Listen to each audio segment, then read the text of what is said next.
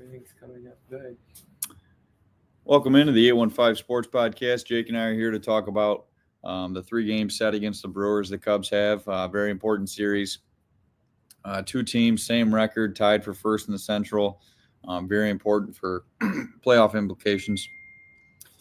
So in tonight's game, we got Matthew Boyd on the mound against one of the better pitchers for the Brewers, and Jacob Mizorowski. I apologize if I pronounced that wrong. He comes into the game with a 4.1 ERA, 4.1 record and 2.45 ERA. And Boyd comes in at 11-3 with a 2.2 ERA. The Brewers starter, he is undefeated at home this year, and he gives up less than a run per outing on average. So, Jake, what do you think about the series tonight? It's kind of a smaller sample size because he's a rookie, and they've got him on a pitch limit. I don't know why. I don't know what the deal is. I don't really know much about the Brewers because I don't really give two shits about them, which we probably got to start now because we're tied with them. But for some reason, he's on a pitch limit. So that only giving up a run, when you're only going 4 or 5 instead of 6 or 7, that's huge because in baseball, that's when you're going to start facing the lineup the third time through, which is normally when lineups start to get you. But this is a huge series. Council said it. It's only July, end of July, but these games are important because you're tied with the Brewers, and the division games are so important because you don't play that many anymore due to scheduling changes where you now play every team in the league almost every year. You used to play these teams over and over and over again. Like you'd see them 6 times a year instead of 3 or 4. And they give you more than that, but I get what you're saying. I meant like 6 series as you'd see them 3 in Wrigley, 3 at Milwaukee. Now I thought you just meant games. Now you only see them twice at Wrigley and twice in Milwaukee. So that's a difference of 6. That's a difference of 12 games per divisional opponent. So, but there's a lot of stuff going around right now. The trade deadline is, I believe it's Thursday. I could be wrong. It could be Friday. I think it's Thursday. The 31st. So it's at 5 p.m. So it's Thursday. This week's going to be absolutely insane in the MLB. I think there's going to be a lot of movement.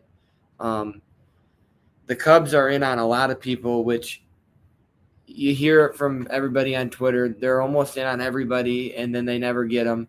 But I think this time they're gonna have to do something, and they're gonna have to pull the trigger because you're in first place. You have the best record, and you have the second best record in baseball.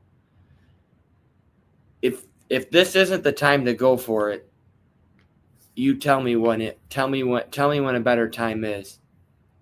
Like why? Like we always bitch and complain about the Cubs not doing nothing. Well, here they are in first place at the All-Star break, tied with the 20 games over 500. This is the time to make a move, right? Yeah, I agree. And before we get into the trade rumors, we'll finish up talking about tonight's game. It's obviously important we take 2 or 3. Who do you got tonight? Well, the Cubs have been almost – they can't lose when Boyd pitches. I mean, he's been very good, right? They're fucked tonight. I mean, well, I'm just telling you, he's been the best. He's been the best Cubs pitcher all year from start to finish because of injuries given to the other two. But he just finds a way to get you out. I don't really think he overpowers you. I think he can place the ball well. He's got a couple of different pitches, and I think he kind of pitches to contact, which is kind of good because when you don't pitch to contact, that's when you walk people. But he's been really good. I just think the Cubs, I think they're better than Milwaukee. I just think that their starting rotation is what sets them apart from maybe the Cubs. I think their starting rotation is maybe a cut.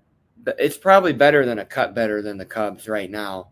But the Cubs' offense and maybe their flashiness, like because they can steal bags, they can score. They score 8 runs a game. I don't know what they average, but I know they average more than Milwaukee. But the reason the Brewers stay in games is because of their rotation. I just think the Cubs. I don't know why. For some reason, I like them taking 2 or 3. I just think Boyd and Shota, if you can get to Mizorowski early, and you don't even got to get to him. just get him out before the 5th or in the 5th, right? Make him throw pitches. And maybe you're losing 1-0, 2-0. Just stay in the game. Maybe you're winning 1-0, and then he comes out in the 5th, and then you go after their bullpen. I don't know who pitches tomorrow for the Cubs. I know Shota's. Colin Ray.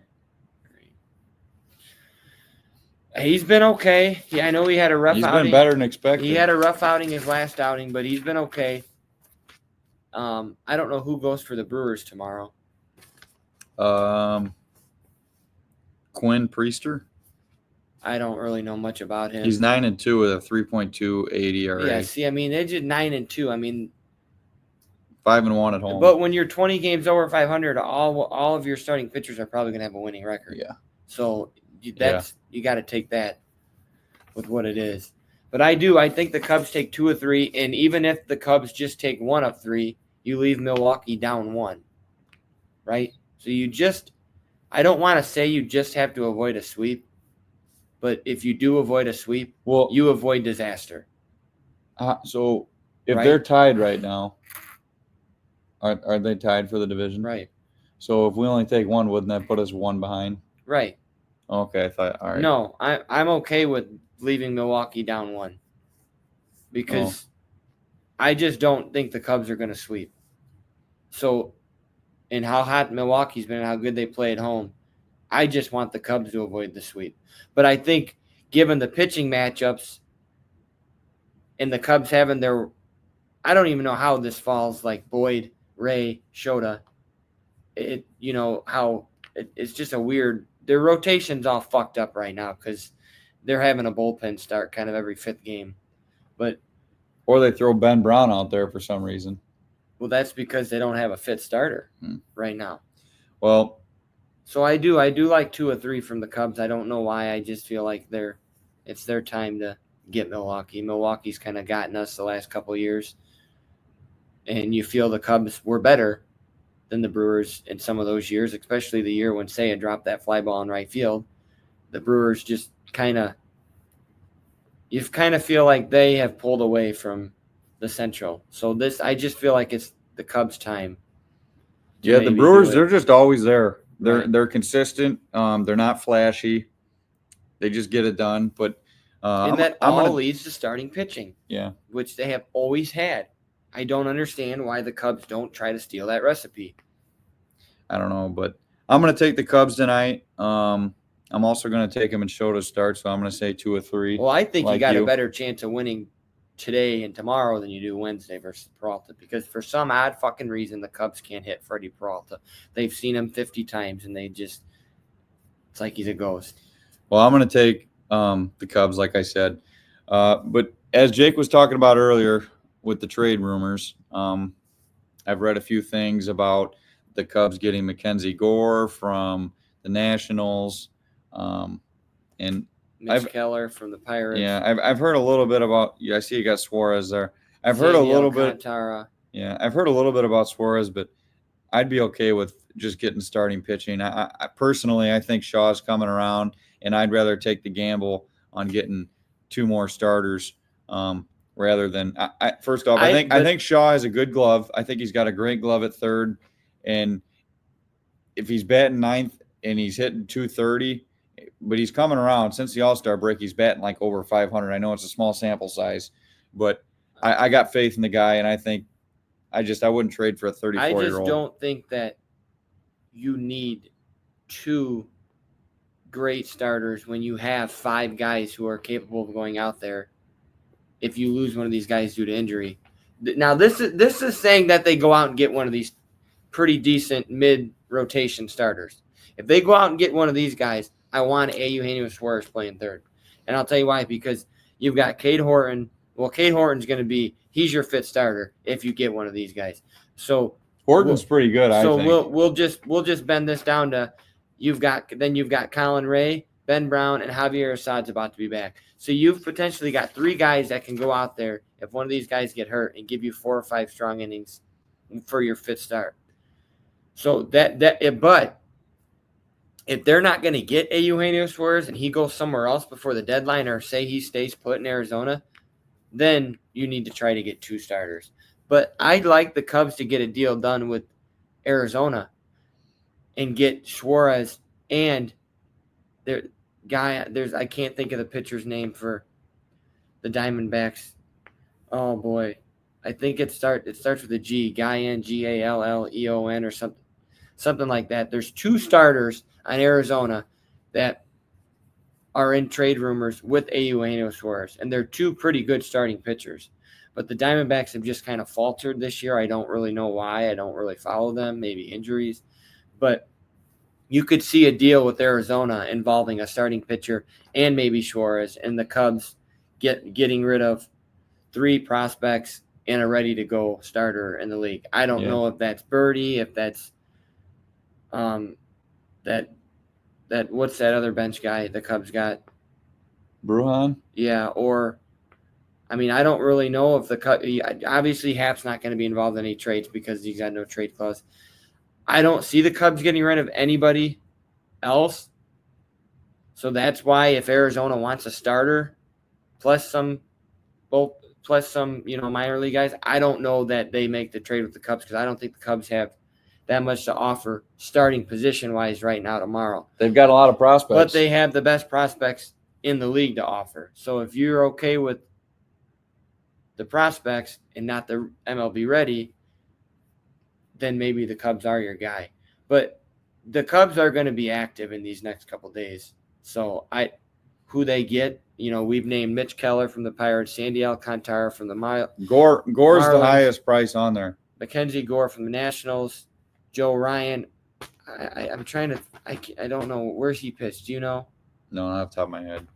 But and Eugenio Suarez. I read about Mackenzie Gore. He's 26. He'd be under team control through the 28 season. 20, 27, or 28. So I read that if the Cubs were to get him, it's going to cost like the number 1 prospect we have, the number 2 prospect, and the number 6 and 10. So I don't know. It would be 1, 6, and 10. Today I read 1, 2, 6, and 10. Well, then maybe just a different article. Then no deal. That's just stupid. I mean, 4 top 10 prospects. I understand the Cubs have 10 top 100 prospects. You're cutting 4 of them out that are in the top 10. That's Mackenzie Gore better be your number 1 then. And I don't know that he would be over Steele or Shota. Isn't Hap isn't his last year as far as under contract next year? Yeah, he's got a no trade. Same thing with Nico. I don't know about Nico. Nico's younger. I'd re-up him, but if at some point if they still have Cassie. At some point, he's got to be pushing to come up to the big leagues pretty hard. And that's probably why they don't want to deal him because they probably are done with. They probably want to be done with Hap unless Hap has an incredible next season.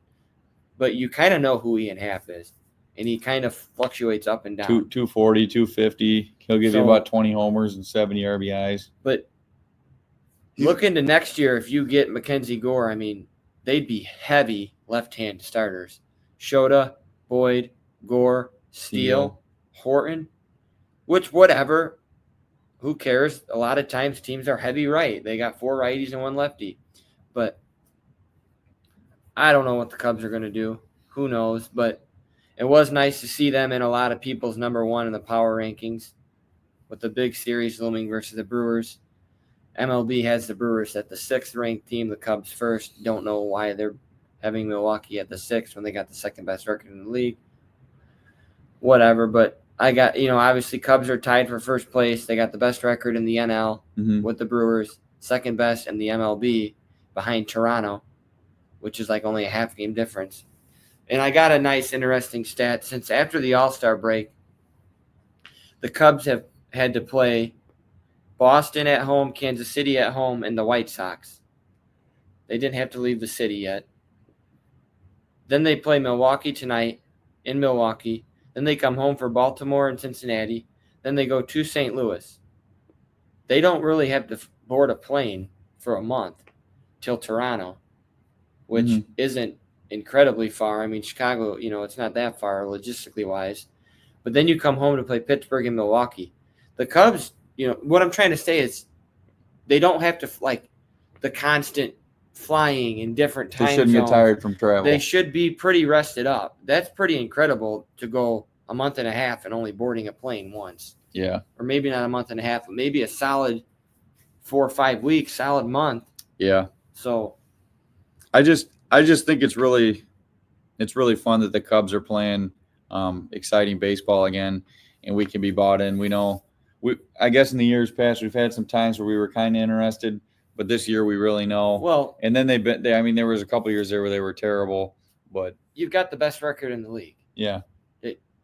I mean, just think of, how gooey you'd be if the Packers had, you know what I mean? Or I had the dot like this. The Cubs have the best record in the MLB almost. Like, they're good. I don't know if I'm bought in 100% yet, because I don't like the starting pitching in a best of 5 or a best of 7. That could change. But, yeah, I mean, they're in first place, tied. And let's not forget, in about 3 weeks, they have a 5-game homestand versus Milwaukee. 5. That's a lot of seeing the same team in a week. So while this is the biggest series up to this point, that series is even going to be more magnified because it's 3 weeks later, and you never know who could be in first, who couldn't be. Yeah. Is that at home? It's at Wrigley. But I'm sure those would be expensive tickets. What's nice is even if you fall out of the division race, they're not probably going to fall out of the wild card race unless they hit a fucking brick wall, which they could, but I don't see it happening. So, yeah, I don't really have anything else to add in tonight's video. We're going to keep it short and sweet. Hopefully the Cubs get it done. They've been exciting to watch all year. I haven't really paid too much attention to the MVP talk as of late, but I'm sure it's Shohei towards the top, if not at the top, and I'm sure PCA's hanging around in the top 5, I'm sure. Yeah, well, PCA's got a really good chance if he's got to have a strong second half, though. And he had, going off yesterday's game, he had 2 doubles, so he's got to keep doing shit like that. He's got to keep stealing bases. And if the Cubs finish with the best record, you know how they love to give the MVP to the best teams. And he's saving that runners. I don't know the stat. I don't know how to say it, but outs above average. He saved the Cubs like 17 outs. Yeah, it's like the second most in the league. Yeah, so he's doing everything he's got to do to win it. So yeah, we'll see. It'd be pretty cool. Well, thanks everybody. We'll be doing a few more videos here in the future, and we can try to do one before the next Brewers series. Yeah, like 2 weeks from now. And football season will be starting up, so we'll try to be doing our picks again and get some guests in here. Well, thanks everybody, and have a good night.